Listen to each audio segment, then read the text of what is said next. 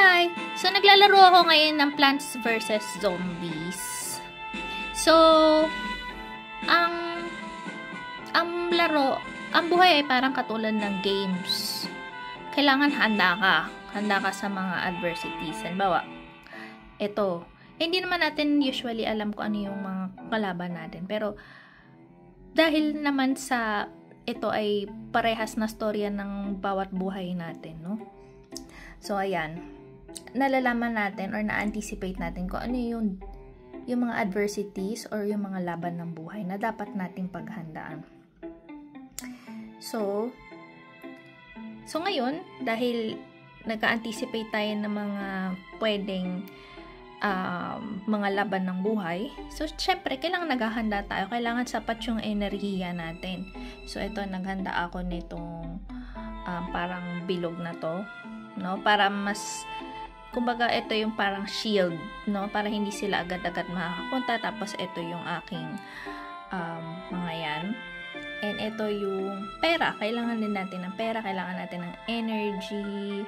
Energy from God. Energy from our loved ones, our friends. Kailangan natin ng mga gamit. Ayan. At kung saan natin paggagamitan yung pera natin. Nang sa gayon, pag dumating tong mga zombies na to, handa tayo. Diba? So, ito yung naisip ko na ayan. So, pwede nating ilagay ito just in case na ayan. So, just in case lalaki kasi yan, diba?